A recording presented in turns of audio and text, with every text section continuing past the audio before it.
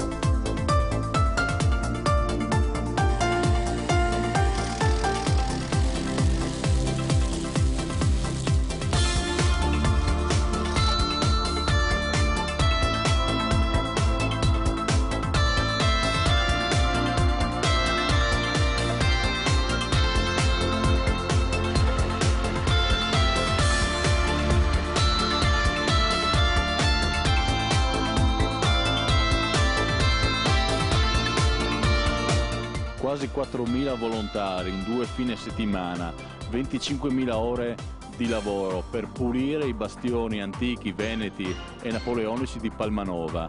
È un'operazione straordinaria, un miracolo che ha come titolo l'orgoglio e il cuore del Friuli Venezia Giulia e della sua straordinaria protezione civile. Abbiamo accolto l'invito dell'amministrazione comunale, della sovrintendenza, perché Palmanova tornasse al suo antico splendore. È un omaggio che i volontari della protezione civile hanno fatto non solo a Palmanova, ma alla sua storia. Palmanova è un bene, è un patrimonio della regione, della nazione, è candidata ad essere riconosciuta anche dall'UNESCO e questo sforzo va in questa direzione. Ringrazio ancora una volta il cuore straordinario dei quasi 4.000 volontari che sono l'orgoglio del Friuli Venezia Giulia.